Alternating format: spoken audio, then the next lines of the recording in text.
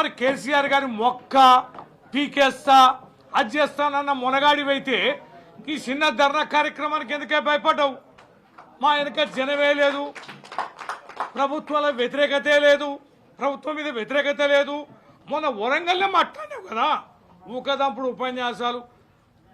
ఏ సభ సమావేశం నిన్న వేములవాడ పోయి ఆడ మాట్లాడింది. ఓ దేవుని దగ్గర అని కానీ, ఓ చిన్నపిల్లల మీటింగ్ అని కానీ, ఓ మహిళల మీటింగ్ అని కానీ, ప్రభుత్వ కార్యక్రమాన్ని కానీ ఏది అని చూడకుండా నిత్యం కేసీఆర్ గారు జపం చేస్తున్నామంటే నీ కింద సెగ ఎంత అంటుకున్నది అనేది అర్థమవుతుంది. నీ భయం, నీ వణుకుడు అనేది ప్రారంభమైంది. బిడ్డ మైబాద్ది నిన్ను ఆపినావు కానీ నువ్వు 163 పెట్టుకుంటావా, 144 పెట్టుకుంటావా, లేకపోతే 30 సెక్షన్లు పెట్టుకుంటావా, నీ అయ్యా నీకు దోసిన సెక్షన్లని పెట్టుకో. మేము మాత్రం ఆగేది లేదు. మానుకోట గడ మీద రాళ్ళెత్తామన్న మునగాళ్ళు, అరే రాళ్ళేసి తనిందే మేము ఈడ ఉన్నాం.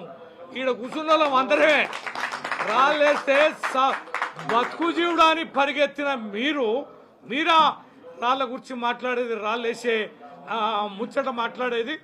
బరాబర్ మా శక్తి ఉందో మీకు ఎరిక కనుకనే భయపడి బంద్ చేసుకున్నారు.